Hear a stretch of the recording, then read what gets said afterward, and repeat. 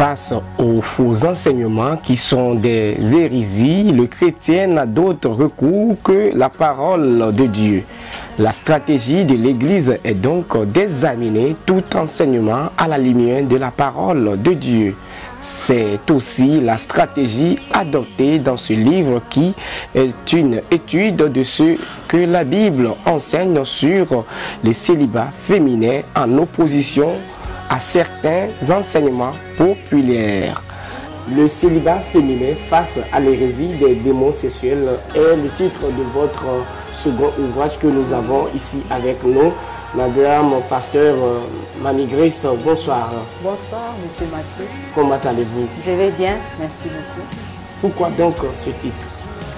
Ce titre, c'est à cause d'un besoin que j'ai ressenti et que j'ai senti qu'il était nécessaire de parler de ce sujet dans le milieu chrétien pour édifier, pour instruire le peuple de Dieu à propos du célibat féminin. Parce que j'ai remarqué qu'il y avait comme une absence d'enseignement biblique sur le sujet du célibat féminin et que les sœurs avaient besoin de ça. Donc c'est pour répondre à un besoin. Voilà pourquoi j'ai trouvé bon de traiter de ce sujet. Merci madame. Et dans cet ouvrage, vous avez 7 bons titres. Et nous allons d'abord parler du premier chapitre, le célibat féminin dans la Bible. C'est quoi pour vous? Oui, le célibat, c'est un sujet dont la Bible parle. Voilà pourquoi j'ai voulu d'abord poser le fondement biblique. Parce que notre objectif, c'est de parler de ce que dit la saine doctrine. Voilà pourquoi j'ai voulu d'abord aller dans la base qui est la Sainte Bible, qui est notre ligne de foi et ligne de conduite. Voilà pourquoi j'ai voulu d'abord puiser là-bas pour faire ressortir cet aspect du célibat féminin dont la Bible parle. La Bible n'est pas muette à propos du célibat féminin. La Bible parle du célibat féminin. Voilà pourquoi le premier chapitre de mon livre parle du célibat féminin dans la Bible. Et vous n'êtes pas seulement resté au niveau de la Bible, vous êtes venu en Afrique pour toucher un problème crucial par rapport au célibat féminin. Et le célibat féminin dans le contexte africain, c'est quoi pour vous? Oui, le célibat féminin dans le contexte africain. D'abord, je suis une Africaine. J'ai évolué dans ce milieu africain et je connais les réalités que traversent beaucoup de sœurs dans nos églises. Voilà pourquoi j'ai parlé aussi de ce contexte-là africain. J'ai causé avec beaucoup de sœurs célibataires. J'ai causé avec des serviteurs de Dieu, des servantes de Dieu. Et dans ce chapitre-là, c'est leur avis dont je parle. Donc du vécu du célibat féminin dans le contexte africain. Bien sûr, ce sujet n'est pas seulement africain. Ça concerne aussi les autres continents, mais c'est spécifiquement comme j'ai eu à vivre dans ce milieu-là. Voilà pourquoi j'ai parlé du contexte africain. Dans le troisième chapitre de cet ouvrage, vous avez parlé de l'hérésie des démons sexuels. Et qu'est-ce que vous voulez dire par là? Bon, dans le troisième chapitre, souvent le célibat féminin est associé à beaucoup d'enseignements que je peux dire enseignements tordus. Donc, ils prennent une vérité, ceux qui enseignent certains enseignements prennent une vérité et la tordent. Alors, spécialement, j'ai voulu traiter du problème de l'hérésie des démons sexuels dans ce livre. Parce qu'il y a beaucoup d'enseignements, même dans certaines églises, on parle de ces enseignements-là et on enseigne certaines pratiques qui ne sont pas bibliques, qui ne sont pas vraiment bibliques. Voilà pourquoi je parle de l'hérésie des démons sexuels. Et beaucoup de sœurs, beaucoup de serviteurs de Dieu aussi sont influencés par cette hérésie et enseignent certaines choses dans l'Église qui ne sont pas conformes à la saine doctrine. Voilà pourquoi je parle de l'hérésie des démons sexuels. Donc, dans ce chapitre-là, je démontre que certains enseignements à propos des démons sexuels, ce n'est pas ce que la Bible enseigne. Voici donc un autre point que vous avez touché ici qui me semble très pointu. Et les pratiques hérétiques de délivrance. Pasteur, c'est quoi donc? Merci pour la question. Je vous en prie. Les pratiques hérétiques, ce sont justement les conséquences des faux enseignements. Quand un enseignement est faux, ça entraîne des pratiques qui sont fausses, des pratiques qui ne sont pas bibliques. Voilà pourquoi j'ai voulu mettre un accent sur ces pratiques-là et les montrer à nu, quoi, pour que les sœurs puissent être informées de ces pratiques-là et qu'elles puissent savoir que certaines de ces pratiques-là ne sont pas bibliques. Par exemple, si quelqu'un te dit « Viens, je vais te laver », tu as besoin d'un lavement ou bien d'être aspergé du sang d'un agneau pour être délivré de ton célibat. Je ne vois pas où c'est écrit dans la Bible.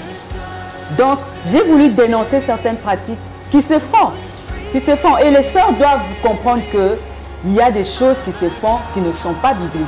Et je leur explique tout ça dans ce livre afin que leurs yeux puissent s'ouvrir et qu'elles puissent ne plus accepter d'être manipulées par certains enseignements et par certaines personnes qui se prétendent être du côté de Dieu. Et ces pratiques ne sont pas sans conséquences sur la jeunesse africaine et surtout la jeunesse dans le corps du Christ. Oui, et quelles sont donc ces conséquences que vous pouvez évoquer ici? Merci. Merci beaucoup, chers journalistes. Il y a beaucoup de conséquences dans le peuple de Dieu parce que ça détourne d'abord la personne, ça détourne l'enfant de Dieu de l'adoration à Dieu. Ça crée des inquiétudes. Or, la Bible nous demande de ne pas nous inquiéter. La Bible nous recommande de recommander notre sort à l'Éternel. Mais avec certains enseignements, ça produit des inquiétudes, un manque d'assurance en la présence de Dieu, un manque d'assurance aux promesses de Dieu. Ça crée une psychose, on se met à rechercher des délivrances, on n'est plus sûr de son salut. Parce que quand Dieu vient dans la vie de quelqu'un, il accomplit une œuvre qui est parfaite. Une œuvre qui est progressive mais qui est parfaite. Alors il faut laisser Dieu agir dans la personne. Et quand la personne est agitée, quand la personne reçoit des doctrines qui ne sont pas de la Bible, ça l'empoisonne, ça l'éloigne de Dieu, ça l'empêche de donner, d'offrir à Dieu une adoration qui est sincère. Ça le mène plutôt vers des prières d'intercession, de combat. Or, il n'y a pas que ça. Il n'y a pas que le combat, il n'y a pas que la délivrance. Il y a aussi l'adoration, il y a aussi la louange, il y a aussi l'acceptation de son état et la louange à Dieu pour cet état-là. Et Dieu est content de telles attitudes. C'est l'objectif même pour lequel l'objectif que je poursuis à propos de ce livre. Nous avons compris par là que vous voulez aussi dire à cette jeunesse qui est dans cet état qu'il faut aussi comprendre le destin de Dieu. Là, il faut nous parler un peu de la compréhension du destin divin. Merci.